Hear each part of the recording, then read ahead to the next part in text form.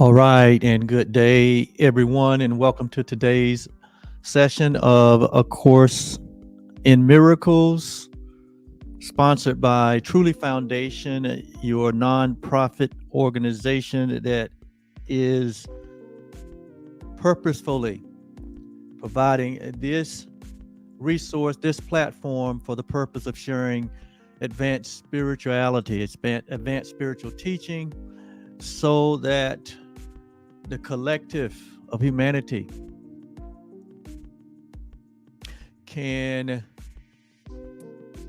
begin to walk in the experience of their true reality. Yes, that's why we're here. We're here for the awakening of all of humanity. We're doing our part. We are here, and you can depend on us being here daily. And we provide this platform, we provide this channel where you can participate in the live sharing of these lessons, as well as you can go back and review any of the previous lessons at your convenience. And so it is all about you. It's all about us joining in this grand crusade to bring as many as we can into a place of peace, so that what we are experiencing, not only individually, but what the possibility of us experiencing collectively, is boundless when we embrace our true reality as the perfect creations of God, that we are a part and a vital reflection of that which we all share, that which we all desire, which is peace. At the end of the day, we want to have a peaceful day. Peace means not just the absence of conflict, but it means the presence of love everywhere. It means the presence of abundance everywhere. Peace means that there is this inner happiness and joy that begins to be a part of everything that we do. That we realize that we are cause and not effect. That we realize that everything that we have ever experienced has been a result of humanity. We are a part of the causation, not the effects. And we have learned here on this platform that the best and most effective way to change our outer world, change our experiences, is by changing our inner world. What it has to do with our inner world, that is how we are seeing ourselves, how we are seeing each other, how we're seeing the world we live in. In other words, we need an insight. We need a new insight if we're going to produce a new outsight. If you're going to produce different results, different experience, have a different perception. It starts with renewing or transforming our minds to align with that which is truth and truth alone, that which is true and true always. And so we have been using this platform for the last 14 months to go through all of the 365 workbook lessons for students out of the spiritual book, A Course in Miracles, which is a book that shares an advanced thought system It's a course.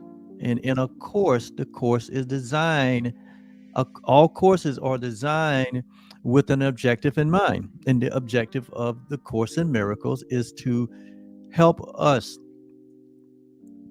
to understand this marvelous mind that we have, to help us understand our true identification. The objective of this book is to help us to replace an old mindset that is based on a belief in a system of separation that is not based on truth and will not get us to the peace that we desire, and to replace that thought system with a thought system that is in alignment with the will of love, which is that is in alignment with the will of God.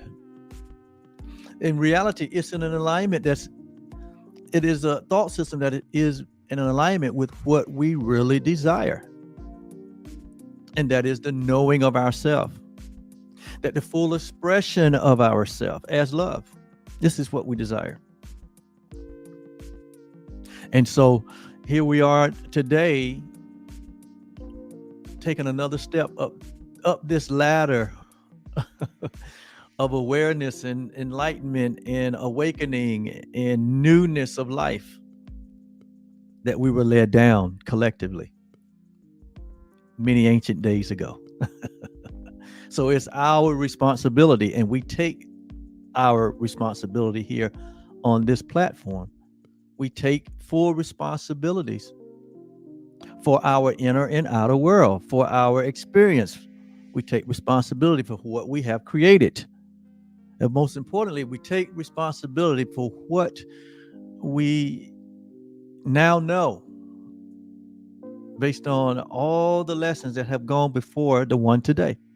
And we take responsibility for walking in the light that we have, for walking in the knowing that we have, for doing that which we know is the will of God, and it is our will also. It's not that God's will is different than ours. They're one and the same. In fact, God is more, or love is more, or the universe is more in concert with our very own desires than we are ourselves in most cases. Why? Because the laws of the universe, they don't flux and flow. They don't vacillate like we do when we're not 100% convinced about our identity, when we're unaware of what's really going on, what's really the cause of the effects that we see, when we are unaware of what we have been called to in terms of our purpose. But all of this is being brought to light through these workbook lessons, and causing those that apply themselves, applied knowledge, grace and peace is multiplied through the knowledge. But then there's another step, not just having the knowledge. It is the application of the knowledge. And that's why this Course in Miracles is written in the form of a course, where you have the textual portion, where it's teaching the ideas, it's teaching the theology, it's teaching the concepts, it's teaching the thought system.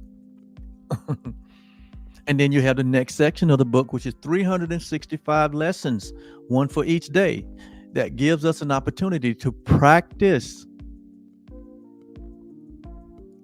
the ideas, to practice the theory, because it is in the practice of the ideas that we come to know that they are true. It is in the application or the practice of these God ideas that we begin to have direct experience of the peace, of the love, of the joy, of the fulfillment, of the happiness, of the contentment, of the creativity, of the prosperity, of the abundant life that has been promised us. It is through the execution of the practices. Practice, practice, practice. And so we've been at this for over 300 days. We've been at this for over 365 days. We've been into this about 14 months. And the reason we haven't completed the 365 lesson, and we're over 400 days, is because some of these lessons were so rich, really all of them, that we spent multiple days on some of the lessons for our benefit, for your benefit. And so today we're going to be looking at workbook lesson 307, which is in the section of the, we're kind of rounding the curve, heading towards the post for this last grand run towards the completion of these workbook lessons. And so every 10 lessons has a universal or a unifying theme. And so we're in the section that has the theme, what is the second coming? What is the second coming? The second coming implies there was a first coming. And so here it says, what is the second coming? Well, the second coming is basically a remembering of the first coming, because the first coming in reality is all there is. And the first coming is that God is and there is nothing else. That's the first coming. And in that first coming, God extended itself. And that process of extension is called creation. And the result of that extension, or the result of what God created, is the one thing that God created, which is God creation, which is you and me. Not as formless, not as human beings, or not as beings in form, or not as beings being subject to time or space, but we were created in the very image, likeness, quality, same substance, same essence. And in other words, we are what God is. And that took place before the foundation of this world. So who we really are has nothing to do with our birth into this world. Who we really are has its origin, which there is no origin. Because what? Because God is infinite, meaning what? There is no beginning and there is no end. Therefore, what God creates is infinite. It has no beginning and has no end. So in reality, and I know this taking your thoughts level up a few notches, probably many notches. So in reality, you have no beginning nor no end. There is no beginning to you. There's really no place you can go back and find where you was really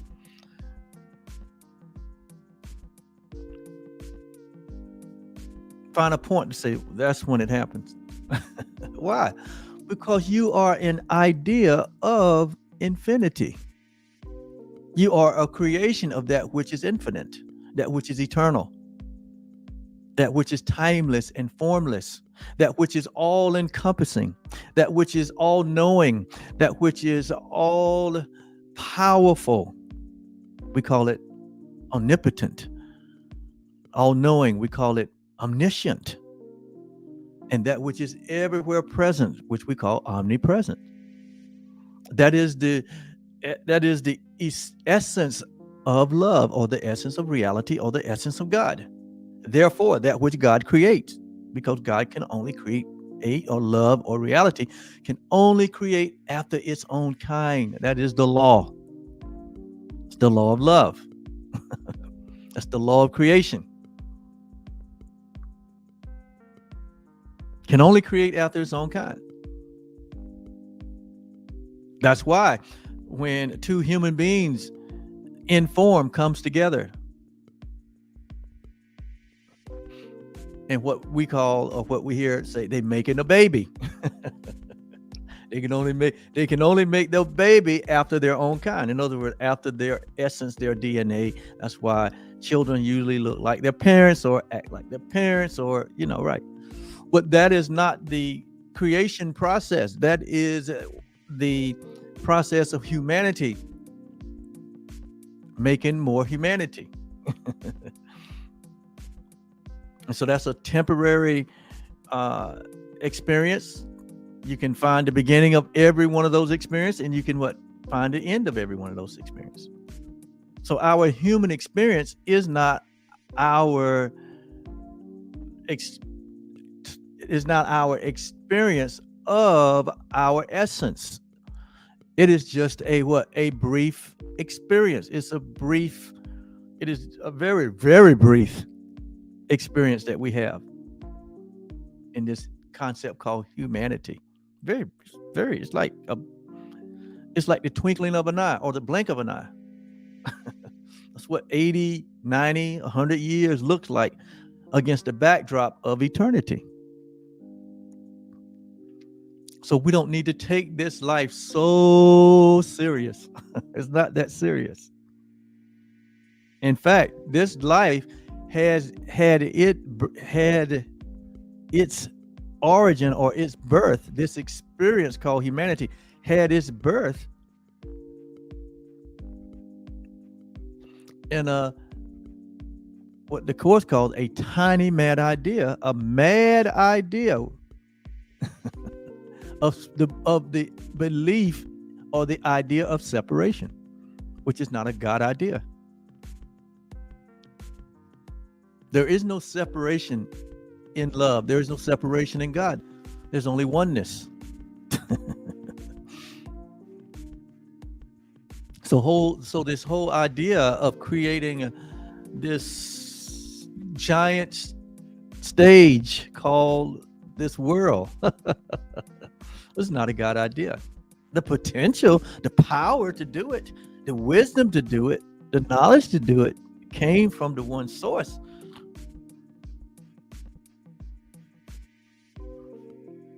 But it's not an idea to ever promote separation, to ever promote division, to ever promote life and death and sickness and disease and poverty and scarcity. That's not a God idea. None of those. But out of the tiny mad idea, the wisdom of God said, I'm going to take this tiny mad idea and bring the mind back into the place where it has never left. I'm going to go into the dream by sending the memory of our true self into the dream world, into the temporary experience. I'm going to send my own remembrance into the dream world and ultimately consume the dream world.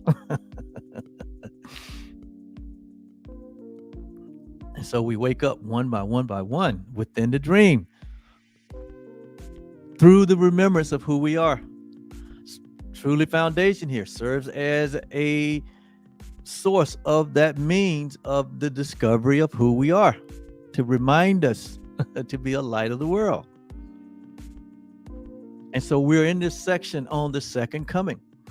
And we have concluded that the second coming, in a sense, is the awakening of humanity. One by one, mind by mind, individualized expression by individualized expression, as each one of us wake up to the truth of our identity.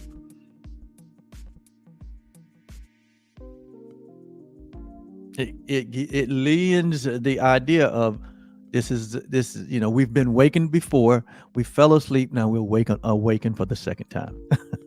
The second coming.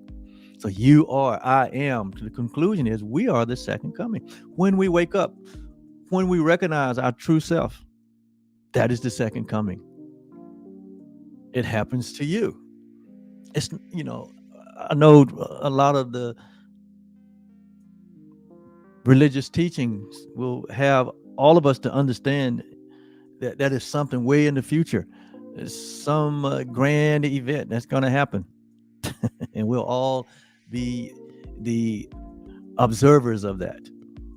No, it's a grand event, all right, but it happens in your heart when you come to grips with who you are as one with your Creator and one with everyone else.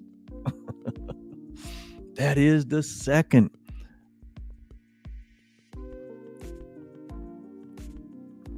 And then we come to realize that nothing really happened. The first remain, that we remain as God created us. And so nothing really happened. And that idea of embracing the fact that nothing really happened, the Course calls that the atonement. That is what true atonement is. When you realize that there is only the oneness, there's only the oneness, and it can be nothing else. So that every other idea, every other thought that is introduced to us that would even conjure up an idea that we are not who God created us, we can dispel it immediately. By what? By the atonement principle. And Jesus became the author and the administrator of the atonement principle. Why was that? Jesus of Nazareth, as a man, he became the author and the administrator of the atonement principle because he was the first one. He was the first one in form to complete his work perfectly and completely. Only reason. And so he becomes the demonstrator. He becomes the light. He becomes the signpost. He becomes the example of what the experience is to be informed, to be as a man or as a human, and wake up to the reality of his divinity and his humanity are one. That his creator and his self are one. That all the creation and all living things, all humanity are one. And to walk in that perfectly and completely, that's what makes him the elder,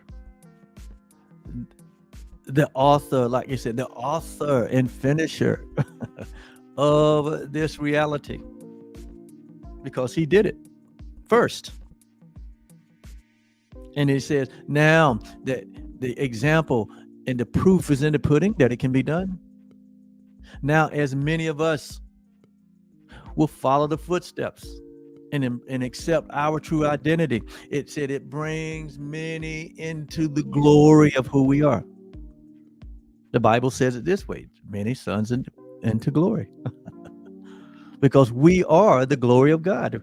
We are to the praise of God's glory. We are the evidence. We are the substance of the oneness that we share with one another. That the one life, the one love, the one being, all of this has no remnants of separation or division, but all of this grand awakening is the awakening to the oneness.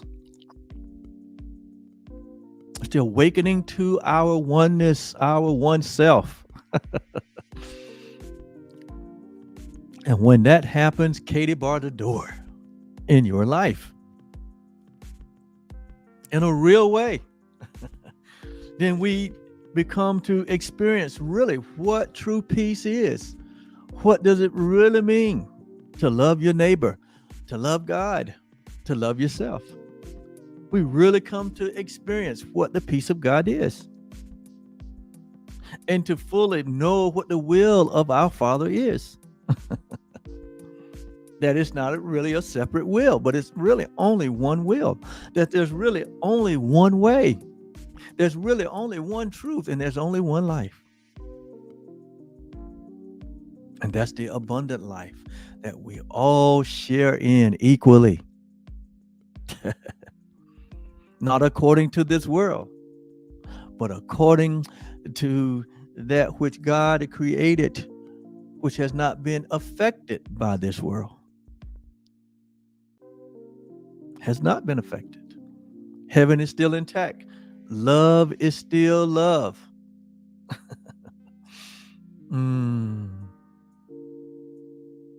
Innocence is still innocence.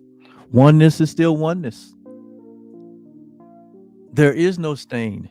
There is no sin. There is no guilt. Everything has remained as it always was. As it was in the beginning, it is now, and it will shall ever be. It's called the real world. And you get to see this real world, even in this world, when you wake up. You come to realize that that which is real cannot be threatened. That which is unreal, it really does not exist. All the false appearances, all of the ideas, everything that humanity has tried to prove that oneness has been broken. You come to see that none of it has had not one iota impact on the love we share, has not had 1 ounce of impact on our true identity. It hasn't changed anything. It's just been people's experience. And our experience will change immediately when we embrace our reality. There won't be any conflict. There won't be any opposition. We'll come to realize that there's never been a real enemy. There is no enemies.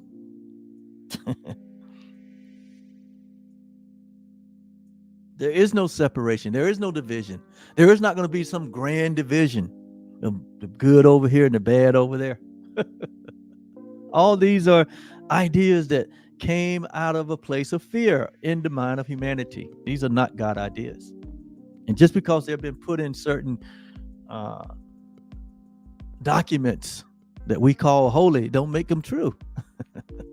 It makes it true that we said it, we believed it, but it's not the truth. Everything that is said and everything that is written is not the truth. They may be statements of truth in that a person thought it. That's how someone experienced it. That was their experience of it. That was their account of it. But it doesn't necessarily make it the truth. Because the truth does not change. The truth cannot be altered. My experience and your experiences don't establish truth. My experience and your experiences is only establishes experiences. Now, our experiences can be expressions of truth if our experiences align up with the truth that is true always. That means you can experience yourself, your true, innocent, whole, sinless, guiltless, powerful, attracting and attractive, boundless, endless self, if you align with it. And that no one can stop. We are the determinant. You are the determinants of what you experience in this incarnation and in all the other incarnations that you had, or all the other ones that you may have in the future. What are you saying, Oliver? What I'm saying is that there is something for us to awake to, that there is something for us to know and to learn. And we will stay in school until we know it and learn it.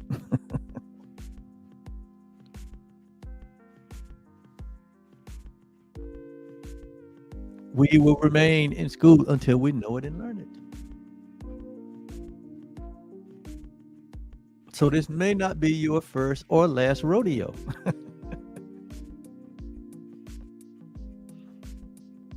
But the moment that you embrace it and learn it and release the world as we thought it was. Release ourselves for who we thought we were. Release God for the image that we made of God in our own fearful separate image. Once we have undone that,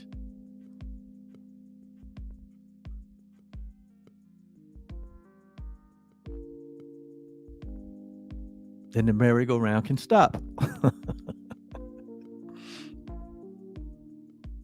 Once we have removed all the conflict, it stops.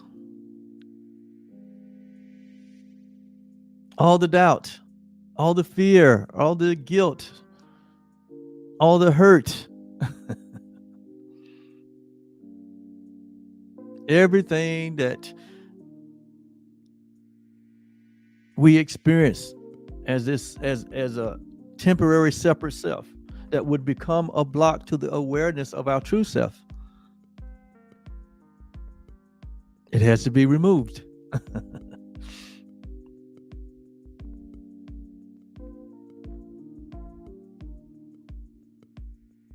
And God takes the final step. So today's lesson 307, conflicting wishes cannot be my will.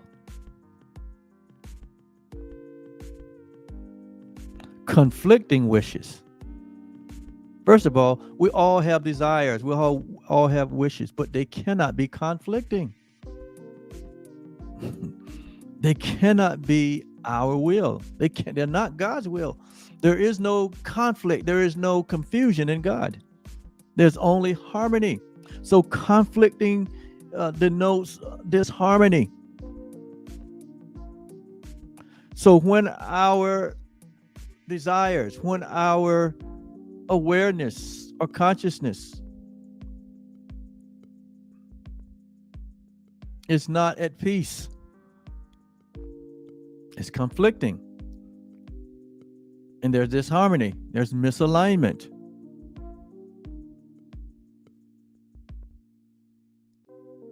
And it cannot be the will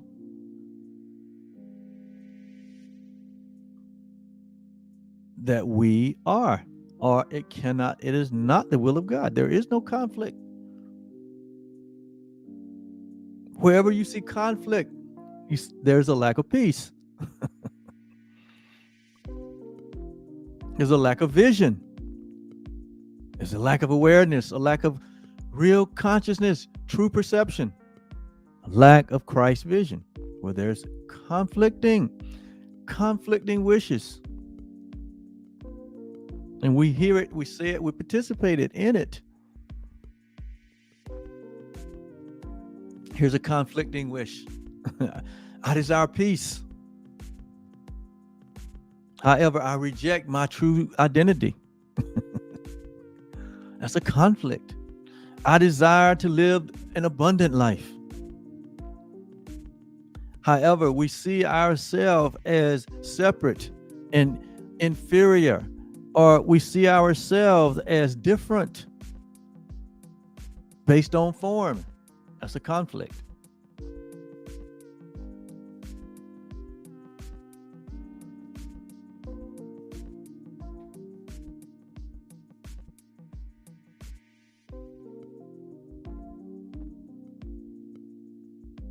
We desire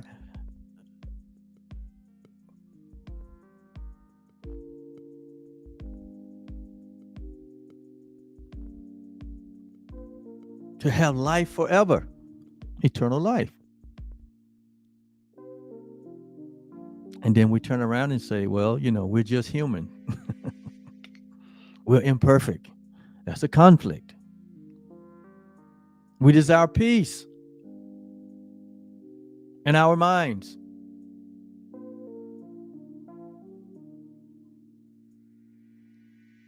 But we hold grievances against others. That's a conflict. And so conflicting wishes cannot be our will. It cannot be. In reality, there are no opposites. In reality, there's no opposites. There's no conflicting wills. There's no conflicting ideas. But there's only oneness. There can only be complete harmony where there's complete oneness.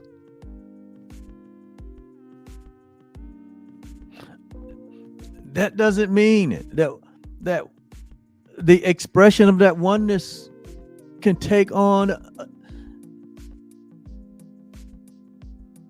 a multitude of uniqueness, but the uniqueness doesn't become the conflict. Why? Because the oneness is the purpose, and the purpose is to be the reflection of the nature of the oneness.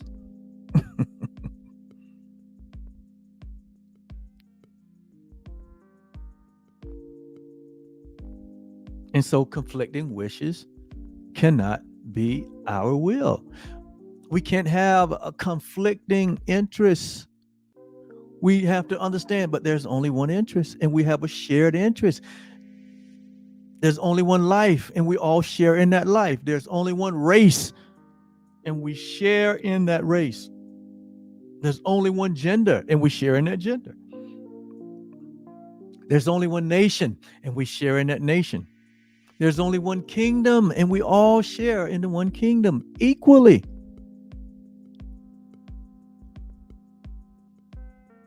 There's only one life, and we all share in that one life. So in this acceptance of the oneness, there is no specialness. There is no respecter of person. There's no respecter of race or color or creed or religion or politics. All of the things that this world has built to keep us separate and divided. And we have fallen for it hook, line, and sinker. To where it is called war and fighting and bloodshed all through the history. And even here in 2023, we see it on an all-time, what they call unprecedented scale. Where nation is bullying other nations and trying to browbeat and force them into submission. That is just an indication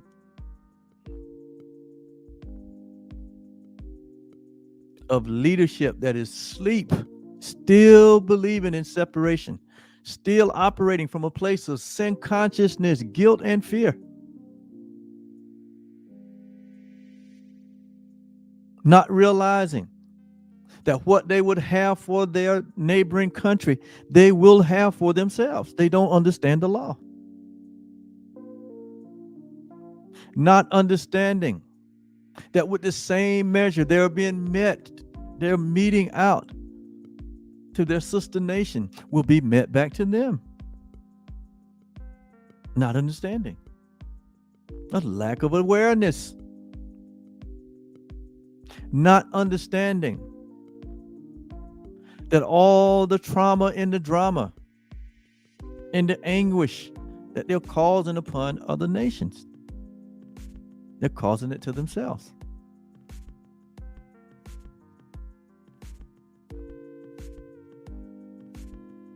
That's why. That is why. That is why all have been called to awaken to our reality. It is in the knowing of our true identity. It's the only real solution to lasting peace. Understanding that it is but one life that we all live. Even in our relationships, one life that we all live.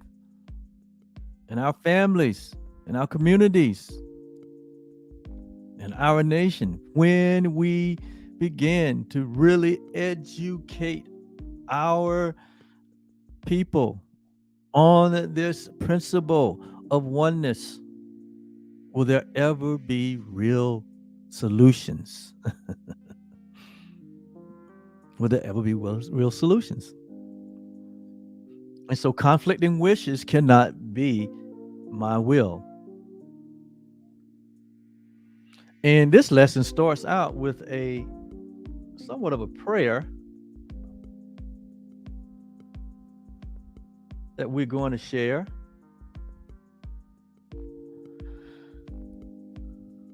And that prayer is an acknowledgement of our oneness. And that's why it starts out with Father. When we say Father, what we are saying is that what?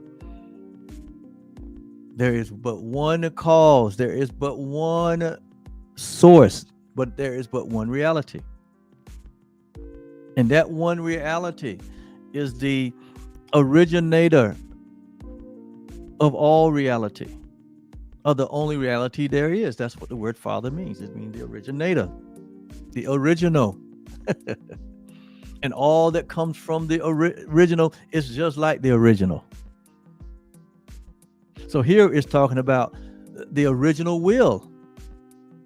And so this starts out by saying, Father, your will is mine. It's an acknowledgement of oneness, see? Where there is no oneness, where there's no unification, there's no reality. It's going to be a mess. It's going to end up in a mess. Just think about that. Where there is not oneness, it will always end up in conflict. That's why we say there is no opposites in heaven. But this world is built on opposites. Why is that? Because it says, the Course says that this world was created from a mind of separation as an attack on oneness, as an attack on God, or as an attack on love. But God in love and his wisdom, being supreme, is taking the foolishness of this world and confounding the wise and repurposing everything in this world back to oneness. That's what they call reconciliation. All things have been reconciled, back into the original, or back into the one thing. Is this making sense to the listeners? I hope so. Because when we're talking reality, when we're talking love, when we're talking the truth that is true always, it is very simple. It is not complicated. It's not like the world that we made. It's very complicated. But God is very simple. Love is very simple. Reality is very simple. The truth is very simple. It is not complicated at all. It is very simple. It's as simple as one. You can't get any simpler, and there is only the one. You can't get no more simpler than that. That there is only the one, and that all that there is within the one. Can't get any simpler than that. And you are part of that one. You are not this separated being. You are not this weak, fearful, separated being with all the labels that the world has placed on you, with all the labels that your family has placed on you, with all the labels that our culture has placed on you. That is not who you are. That is what they covered you up with. That's what you got covered up with, or that's what you got veiled with. That had caused all the pain and suffering and anxiety in your life by believing that. And so the first process of becoming free is to what? The undoing of the ideas, the false ideas that was levied or layered upon us. That's the first act of business. And when we unlayer all of the layers that was veiled upon us, when we get stripped down, all the way down, all the way to where the floor is completely what? Swept clean. When we go back in our mind, even before our natural birth, even before we put on flesh and blood, you have to go past that. You have to go past the creation of this world. You got to go back to the mind of God.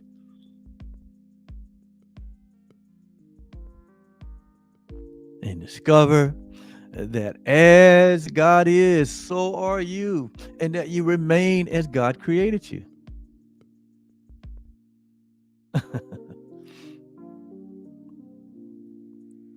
When we discover ourselves, we discover God. When we discover ourselves, we discover love. When we discover ourselves, we discover the happiness, the joy, the peace, the creativity.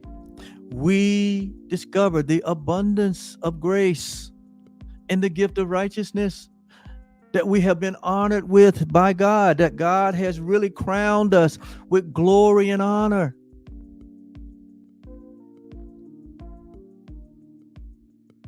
And it was replaced with a thorn, with a crown of thorns, which is symbolic of the tiny man idea. We took off this glory and honor that's crowned us with himself, and we took it off and put on a crown of thorns. But now, through this expression and many other expressions that are anywhere in the world, now through this healing, now through this transformation, now through this renewing messaging that we're bringing forth, talking and employing everyone to consider the real you that loves you, because the real you is love. We are removing the crown of thorns, the sin consciousness, which represents sin consciousness, guilt and fear and separation and multiplicity. We are replacing that with the original crown of innocence and wholeness and perfection and completion and infinite, eternal, impersonal, and self-aware nature that we are. That's what we're doing. It's called transformation. We're moving from that place of falsity back to the original habitat, back to our original state of being, which is peace. Back to our original state of being, where there's only the one will. There is no conflict. Where we know that we are a part of a universal fatherhood and a universal brotherhood that is the reflection of light and love only. Where all the dreams and all the hallucinations and all the fantasies and all the vain imaginings of being something else have come to an end. We now see and know and are experiencing and are expressing and sharing who we really are as the creation of God, as the holy creation of God, as the blameless creation of God. And that this reality is penetrating and permeating and filling all the interspaces of this universe. And it can be seen in the twinkling of an eye, just through the shift in our perception. Just coming into the knowledge of this truth. Thus, we're here as a unique expression, truly foundation, to be the expression of that truth. Nothing more, nothing less. We're not here to compete with anyone, but to be the expression, the express image of the original. And calling all sons and daughters back to their awakened consciousness, back to their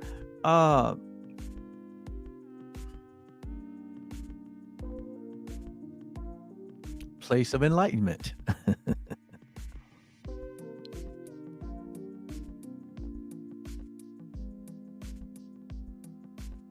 So, Father, your will is mine. And only that. When we wake up, this is the conclusion that we come to. That I am a part of something that is so far greater, so far grander, that transcends time and space. It's called the will of God, the will of our Father. It's not only God's will, but it's my will too. Like Jesus said, not my will, but thy will be done. Where? On earth. As it is what? As the will of the Father is done what? In the reality. He calls it heaven or the heavenly places. Where is the heavenly places? Right where you are. Heaven is not a physical place.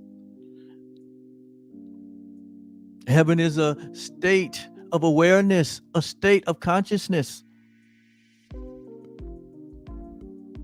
It's an enlightened consciousness. It is an awakened consciousness. The Course uses the term Christ. It is Christ consciousness. It's not the acknowledgement or the allegiance to some special being. No, it is the acknowledgement in the commitment, in the devotion to the oneness that we share. Because remember, this thing that we share, it is impersonal. It is not about a person, but it's impersonal. Love is impersonal. Love is energy. Love is always present. Love is always shining. It gets expressed in this plane we're in through us individually, but it's not an individual. Who you are is impersonal. You're not a finite being. You're an infinite being. You're an impersonal being. And your awareness doesn't come from out there, but your awareness comes from within. And so it's a self-awareness. You become aware of being aware of who you are. There is no other will for me or for us to have if there's only the one will. See, if there's multiple wills, there is a conflict. But there's only the one will. Let us not try to make another will,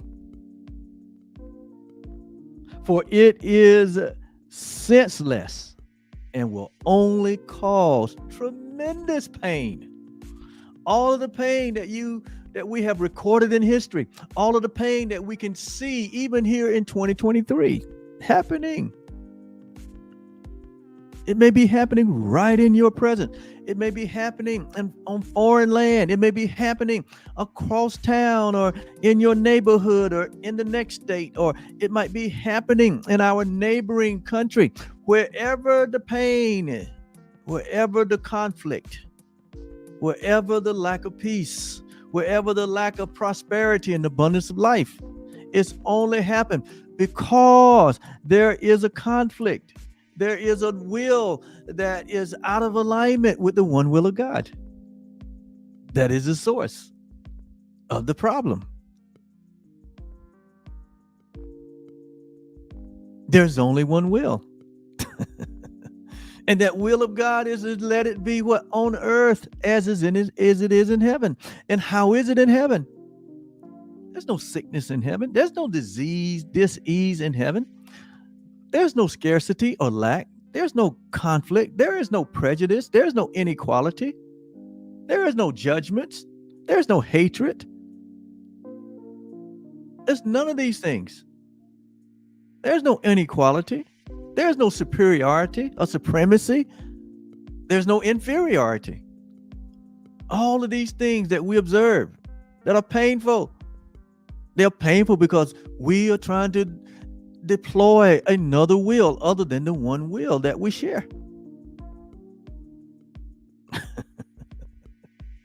That is the source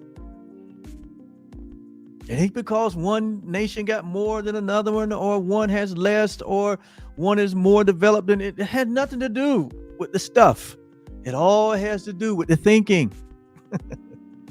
Because the thinking is what will produce the stuff. And what we see is a reflection of how humanity has been thinking collectively. How it is in your life is how you've been thinking. And when you join with other thoughts that are conflicting, it only exasperates the problem. But when you wake up, when you are born anew, when you are enlightened, when you recognize this oneness that we share, you have tapped into the solution. You have tapped into the original. You have tapped into the power that has been given to all of us in heaven and in earth. You have tapped into the infinite wisdom. You have tapped into the knowledge that it is everywhere present, that love is everywhere present. Because we have removed the block. What was the block? The belief in separation, the belief in a false self or a false idea, which leads to another multiplicity of wills that are conflicting.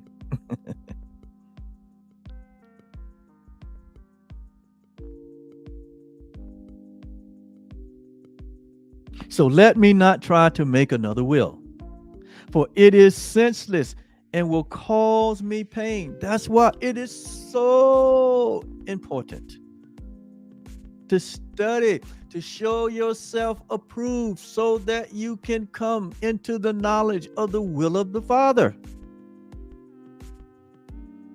Without the awareness, the knowledge, the consciousness of what the will of reality, what the will of love is, we will create or try to make another will, only to our own demise, our own pain, our own suffering. What is the will of the Father? The most important thing that we can come into an awareness of. Your Father, your will, Father, alone can bring us happiness. You seek happiness, you seek fulfillment. It is knowing the will of God alone. It is doing the will of God alone that can bring happiness. Doing the will of God is doing and being and representing in a certain way.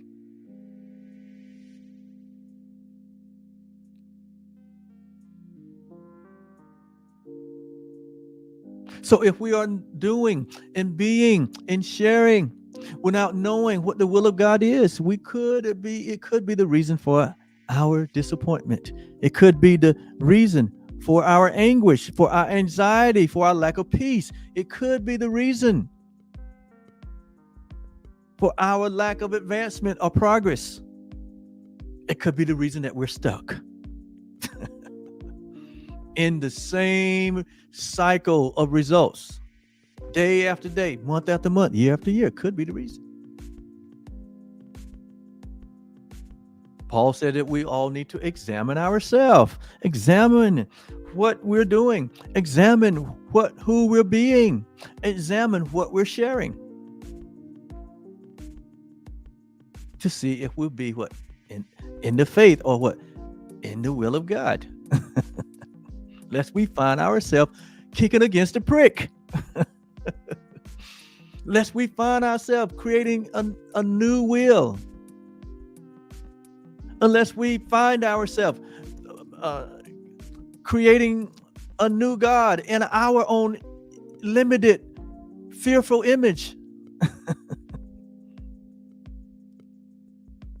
Your will alone can bring us happiness, and only your will exists in reality.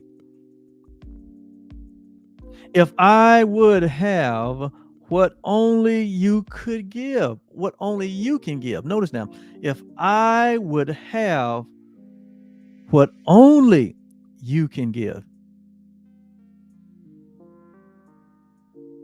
That only is so important. Why? Because a lot of us know the will of God. We know it. That's one reason we're stuck, because we're not being who we know we ought to be. We're not giving what we know we ought to be giving. We're not sharing what we ought to be sharing. We're not representing what we ought to be representing. We know what to do, how to be, but we're not doing it. Why? Because we're insisting on another will. And so we participate in these things that promote separation and division in the name of God. We hold these ideas about ourselves and about others that we know is not the will of God. We judging people by their color, by their economic status, by their political choices, by their religious choices. We're judging people by their all of these things that the world says are the criteria. It is not the will of God.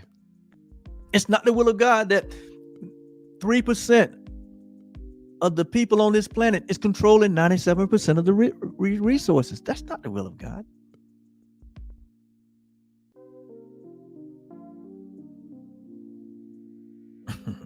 It's not the will of God for you to be unhappy. It is not the will of God for you to be lacking in any way. It's not the will of God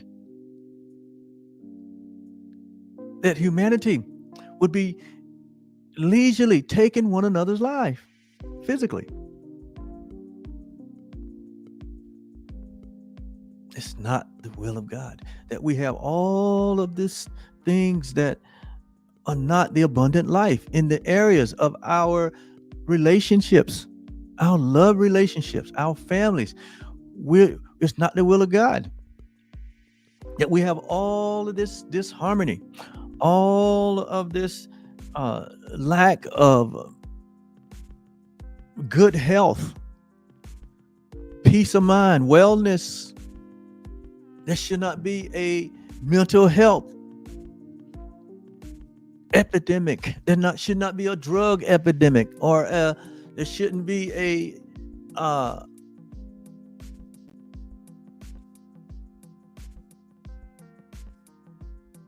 what we call I can't use the term here. I just lost my thought, but it's coming back. We shouldn't have an epidemic of bad health, diseases. We shouldn't have an epidemic of people being just completely given over to medication.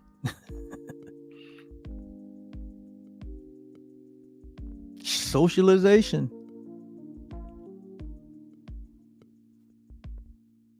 Racial tension, national tension, international tension. It should not be. That's not the will of God. Bad politics, greed,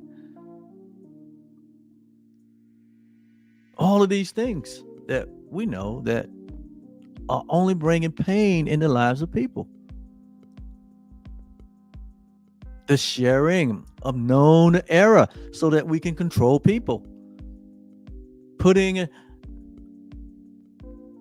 boundaries and limitations and putting heavy burdens on people just because we're in positions of leadership, because we're in an area, say, of religion, where we're adding all these things and saying it's in the name of God when it's not, just so we can, find, so that we can control and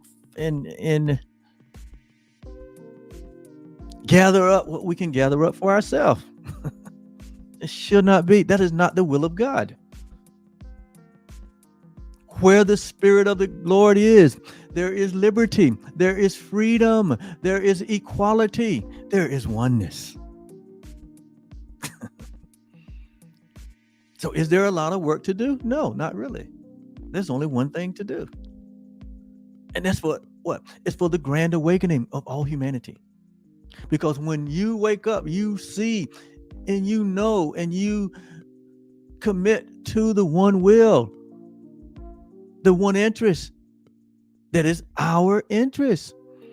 It is God's will. It is our will, and it is being. And we wake up to that, it begins to be done in your life. And when it begins to be done in your life, you begin to impact other lives. Your love begins to impact other lives. Your forgiveness, it begins to impact other lives. The light that you are begins to shine and impact other lives. And so as we have this grand awakening, these individual lights, though as small they may seem, your life may seem small. Your life may seem insignificant. Your life may seem to be not making a difference. But I am here to tell you, if you have awakened to your true identity, your seemingly small, insignificant light is becoming this great light, this grand light, as we join this love, this oneness together, to where this great light will eventually consume the darkness. So let's be about our daily light, to walk in the light, to be the light of the world, to be these loving, forgiving, creative, Christ-minded, Christ consciousness beings that we all are. Just do our individual part, which is so important. In fact, it is so important that Jesus said he left the 99 that was doing their part to go get the one that wasn't doing their part. Why? Because it's not complete until all of us. It is not complete. God is not. The idea of God is oneness. So any appearance, any idea, as tiny or as big as it might seem, of separation, it's all going to be brought to an end. And we are a vital part of that. We are part of God's plan for salvation. You and I are. All of us. And it's called the will. What's in the will? You know how it is. People, when people aspire, those that are left want to know what's in the will. If there's anything in the will for me. Yes, there's something in the will for you. Guess what? What's in the will for you is in the will for everyone equally.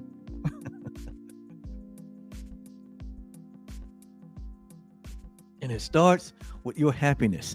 At the top of the line, it's your happiness. At the top of the list of the things that's in the will, in your eternal will, is your happiness. What does happiness mean? That you have access to whatever you need, whenever you need it, for you to live this fullness of life, for you to be the full expression of the light that you are and the love that we share. That's real happiness. And it produces a joy and a peace and a fulfillment and a contentment that you can never find trying to make another will. If we would have what only our Father gives, and that alone, we must accept. Notice now, this word accept. Accept him just means, oh my God, I see. I can see now. I accept what's already present. An acceptation is basically saying, oh, it is always and already present. I just accept it. There's no conflict. I accept my true identity. I accept all the gifts and all the power and all the intelligence and all of the favor and all of the wisdom that has been poured into me. I accept it. And I must accept your will for me, the atonement for yourself, as the Course says. And enter. Notice now, once you accept something, it gives it is a cause, and then the effect is the what? Is the action of entering in. He says, and enter into peace, where conflict is impossible. Two things we do. We accept what has been given only by God, and we enter into the peace, which is what has been given. We are that peace, and not PIECE. We accept and we enter where conflict is not even possible. And the place where conflict is not possible is in your knowing of your true self. Your complete, perfect, whole, infinite, impersonal, and self-aware self. That is the same as God. That's the only way you're going to ever really sustain the peace that you are, is the embracing, the acceptation that you are God in form.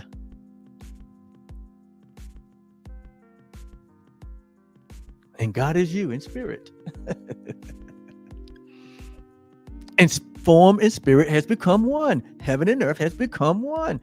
And it is on earth as it is in heaven. So your true identity is to affect this earthly experience now. It's not something in the future. Your will is not something that you impact in the future after somebody die. No, but your will become active when you become alive to this truth. Your will, or God's will, is about life. It's not about death. There is no death in God. It's about you embracing the life that we share.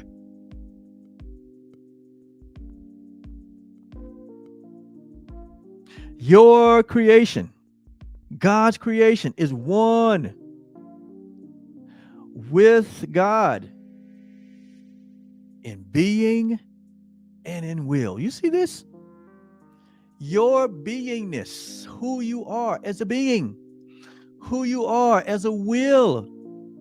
He says, it is the one that we share.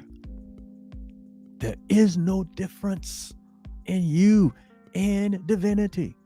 You are divinity. You are holiness. You are innocence. You are boundless. You are eternal. You are the truth, the way, and the life. You are birthless and deathless. You are changeless. There is no opposite or opposition or conflict in you. You are peace.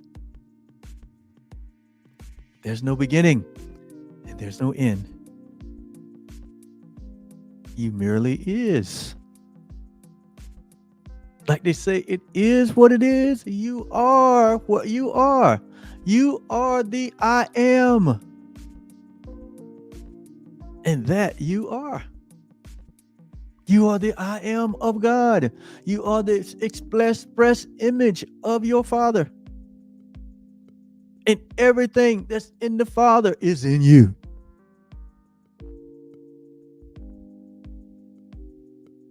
I think I'm a little emphatic about this message today. What do y'all think? I want you to get it. Well, I want you to know that you already have it.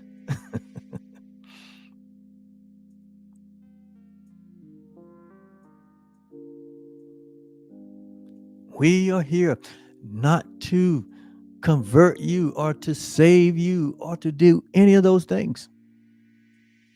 We're just here to inform you that you already are all of these things. Already. You're that already. And so much more.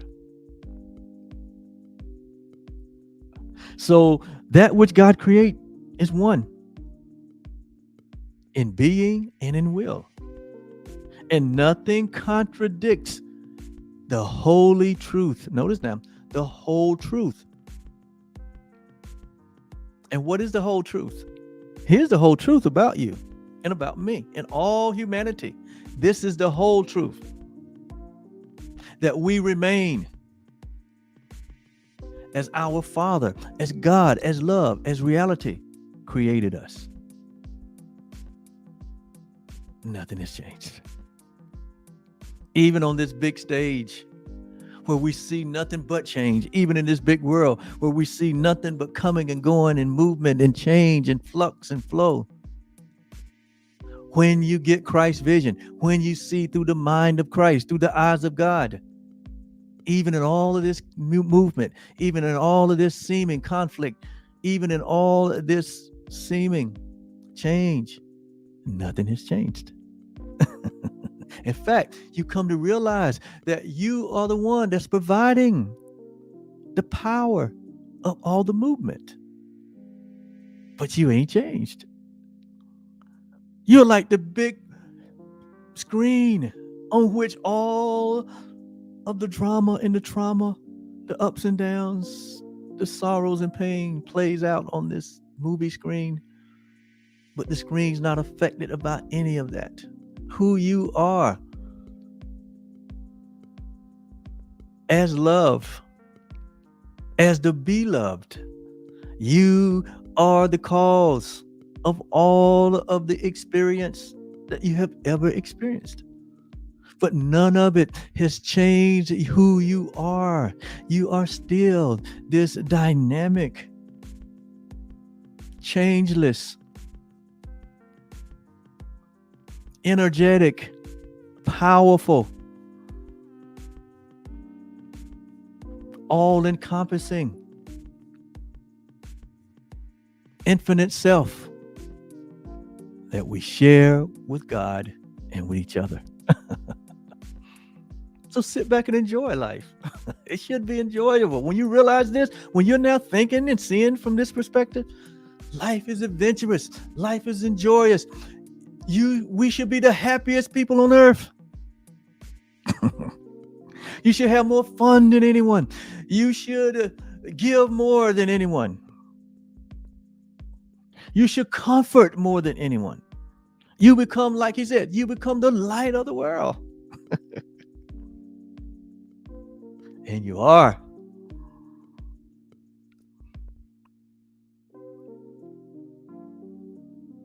And so to conclude the lesson for today, now we're understanding that conflicting wishes cannot be our will.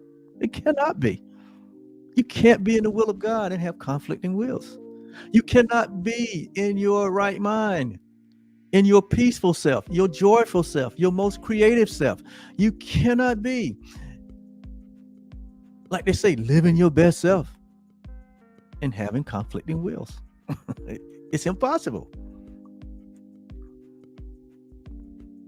Now, that doesn't mean that you don't get, anyone doesn't get to choose how they express themselves in form. It really means that we do get to choose freely how we express ourselves in form. As my wife and grandson walks into the door and waving at me.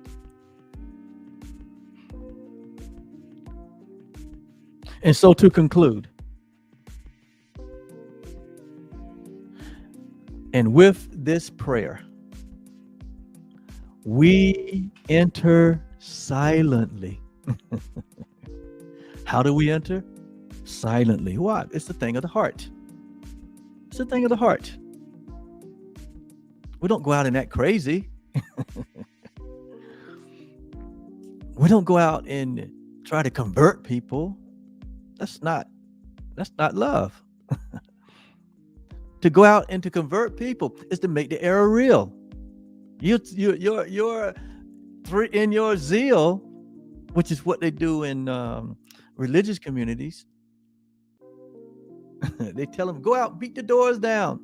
Tell them if they don't wake up, tell them if they don't accept our way of thinking, that they may be headed to the torture chamber. And then they wonder why they can't grow their idea.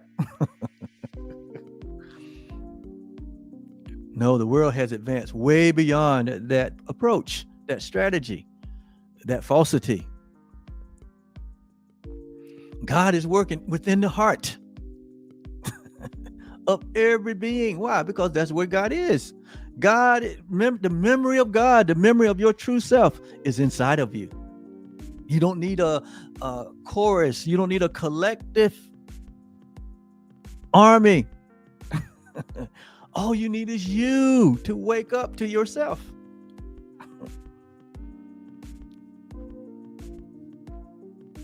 All you need is a little willingness. And you don't need anything. It's kind of like, okay, I've come to the conclusion that there must be a better way, like the prodigal son. This ain't working. That's how it happened for me. I said, there's something wrong here. I must be thinking in a way that is incorrect. It must be something that I don't know. That if I knew it, things would be different. That's what the prodigal son said. Before he left the house, he said, there must be something I don't know that's outside, and I want to go find out. And the father did not retain him. He said, here, take it, go. Why? Because the father knew there's nothing out there. There's no other will. Why? Because all that there is in the Father's house. All that we are, God placed it in creation inside of us. As one. And so the Father, he let the Son go on his, what we call a prodigal journey. That's how all of us got here. That's how all of us got here in form. We wanted to know, what is it like to be separate? What is it like to be individuated? What is it like to be having conflict? What is it like to what is it like when you leave light? What is the darkness like? And we all came here and we're like, this is something wrong. And we all have our prodigal journey, and we all come to the end of ourselves where we said, like the prodigal son, when he came to himself, he said, well, I'm going back home. I am going back to the Father's house, because this is, this ain't what it cut out to be. This life of separation from the Father and from all my brothers, and this is not great. Eating out of the same bowl as the animals? This ain't good. Something wrong. I have a remembrance that when I was in Daddy's house, we ate on fine china. And we didn't eat with the hogs. We ate them. So homeboy, my homeboy, the prodigal, and that was us. That's all of us. Look in that story and you'll see yourself. Look in that story. That's why I use it so much. It is the greatest story on earth. Even if you look at the creation story with Adam and Eve, greatest story on earth. But it's just a story. It's a metaphor. We want to take it for real. But it has the same message. Man was placed in his perfection, and somehow, some way, and it can't be explained. Don't even try to explain it. That's what the ego will want you to do.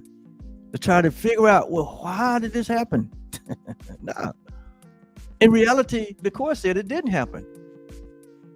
That's why I said it was a tiny mad idea. That man fell asleep dreaming of separation. In reality, it ain't happening. And so all of us are prodigal. To come here is a prodigal journey. But you don't stay prodigal. You realize it's time to wake up from this nightmare. And when you wake up, you don't get beamed out of here, but you get to stay. Why? Because you realize all your brothers and sisters that are still asleep, experiencing this nightmare, you can't leave them in that state.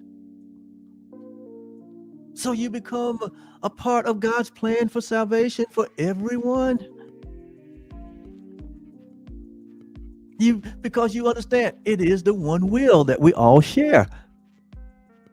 Timothy said it best when he said, Paul said it best in Timothy when he said, it is the will of God that all men be saved or be awakened and come into the awareness or the knowledge of the truth of who they are. That's the one will of God. That we return at home to this place that we've never left. Because when you wake up, you realize that you never left. And that there's not really days and months and years and minutes and hours and seconds. But there's this one big day that we've been standing in from the very beginning. And that you're now able to look past all the false appearances in the world. You're able to even look past your past. You're even willing to let go of the past. You're even willing to no longer be anxious about the future because you realize that there's only the present. There's only the now. And David picked up on that when he said, it is in the presence of this oneness. It is in the presence of love. It is in the presence of God that there's what? Fullness of joy. And what else? Pleasures. What? Forevermore. Right now. So we don't have to wait. Wait for what? You are it right now. You are the fullness of God right now. It doesn't get any fuller than it is. It is just that the mind has to be renewed to that reality, and we have to accept it, and we have to enter into it.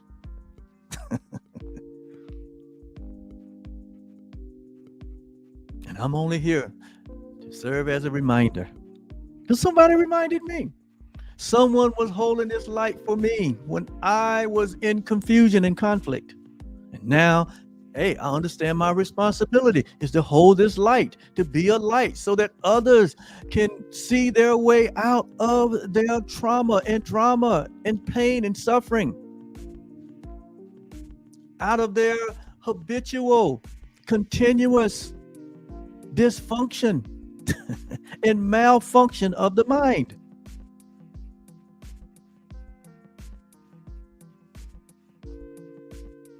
And I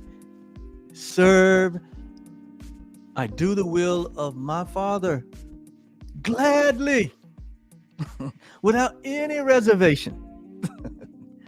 And so we all should. In whatever form you have a passion about, do it, be it, share it. Wherever you find yourself in life, whatever position you find yourself in, you are strategically there to be a light to the world, to be a light to your children, your family, your community, to be a light to humanity. That's the will of the Father. Because what?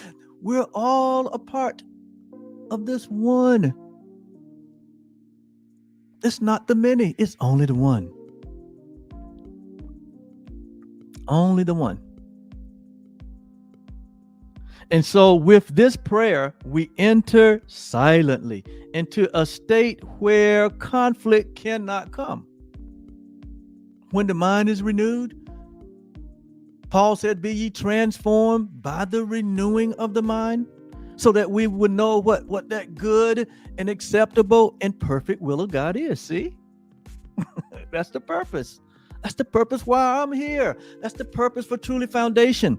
That should be the purpose for any, that should be the base purpose for any expression in the world. Whether it's your business, whether it's your career, whether it's your family, whether it's your community, whether it's your hobby.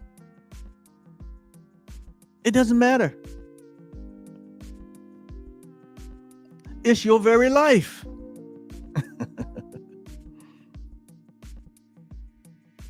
It's your very life. And what you have for yourself, what you have discovered for yourself, you want it for everyone. You want everyone to be free.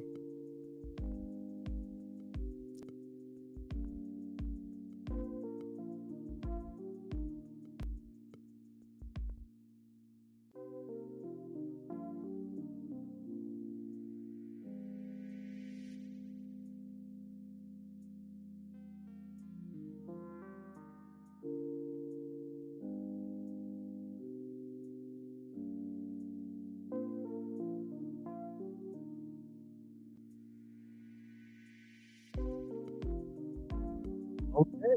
Well, I guess I got a little too excited for the internet. Try to knock me out, but we're back. I see my friend Heidi is here. Hey, Heidi. I'm bringing this to a close.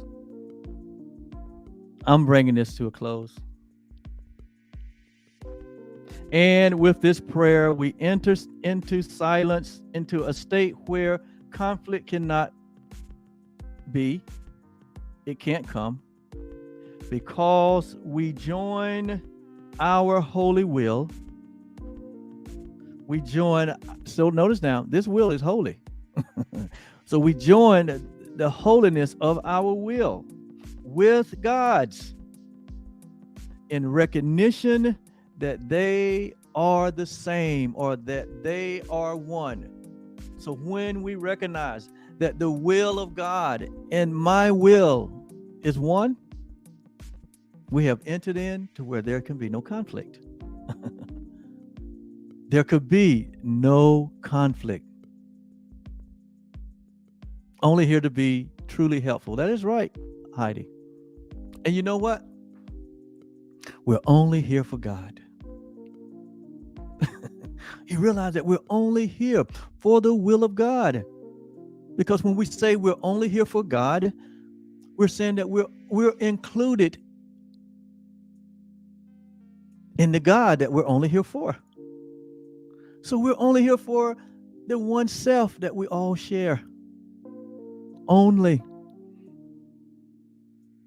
We enjoy the pleasures. We enjoy what our desires are, but they are only secondary. What we really enjoy, what really brings us peace, what really brings fulfillment and contentment and pleasure into your life is your love. Your love for yourself, because you can't give away what you haven't embraced for yourself. Your love for yourself is your love for God, because you realize that yourself is God. That's why he said, love the Lord. Jesus said it this way. There's only one law. He said the first part of it is to love the Lord your God with all your heart, your mind, and your soul. Why? That's loving yourself. That's acknowledging that your oneness is with God, that you're not separate. But when you've seen Heidi, you've seen the Father. When you've seen Oliver, you've seen the Father. When you see all humanity, you see what the Father has done. You see the face of Christ in everyone, and you remember God. Because when you see this way, how could you take another's life? It would be taking your own. And you're not going to take your own life. Why? Because you're love. So those that are taking the lives of others, let's let you know that they're still operating from a place of an insane mind, a belief in separation. They don't know who they are. And we are here now to remind everyone of who they are.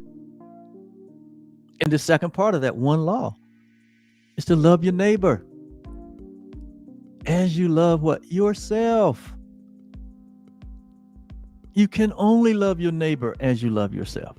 So when we find ourselves not being loving, when we find ourselves operating from a place of division and separation and judgment and prejudice.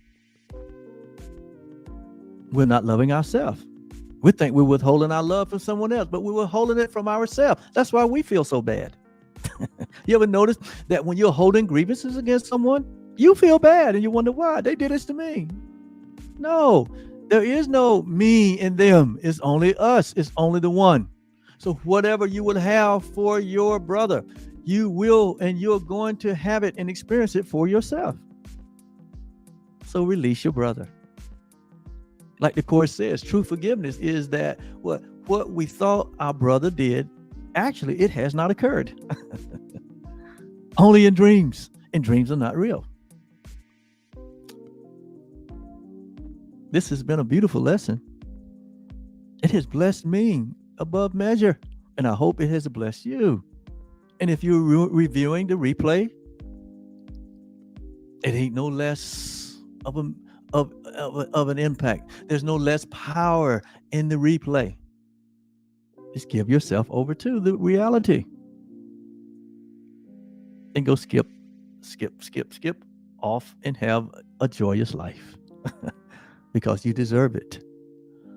Your happiness is God's will, first of all, most of all. And He knows you cannot be happy unless you think like He thinks. God knows you cannot be happy unless the mind thinks with the mind of Christ. Knowing that you have equality. No, I know this is a big idea, but get used to it. You can handle it. This is a big idea. It is when you compare it to the world. But in truth, we don't compare anything. It just is.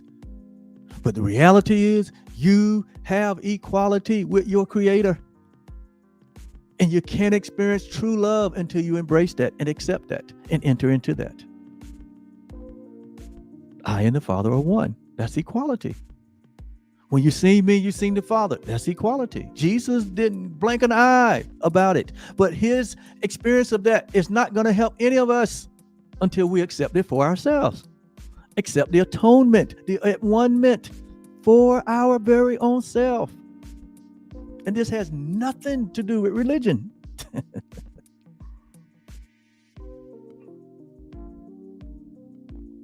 This has everything to do with reality.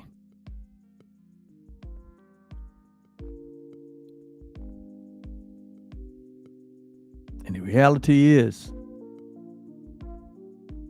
God is. And therefore you are. You are that which you are.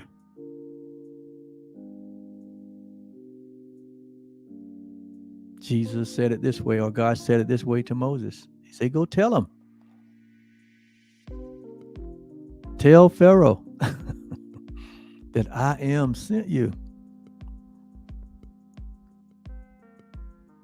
And if he asks you any more questions, tell him, I am that.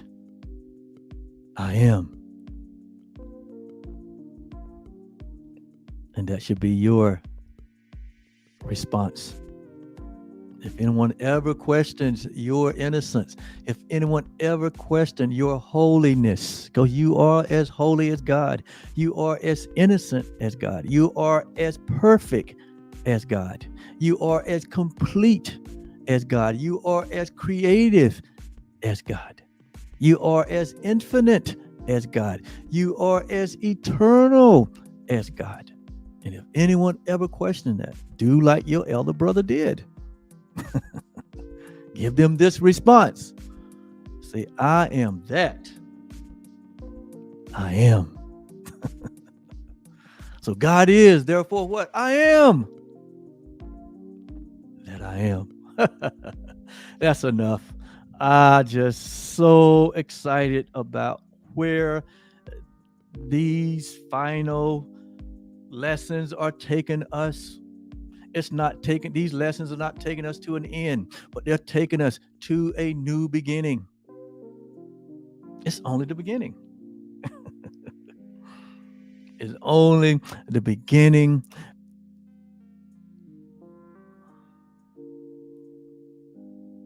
And God takes the final step.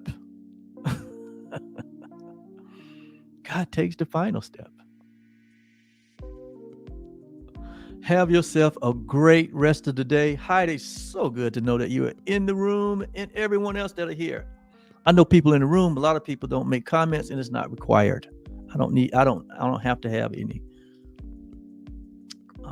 But I always like to know that my West Coast friend is in the room.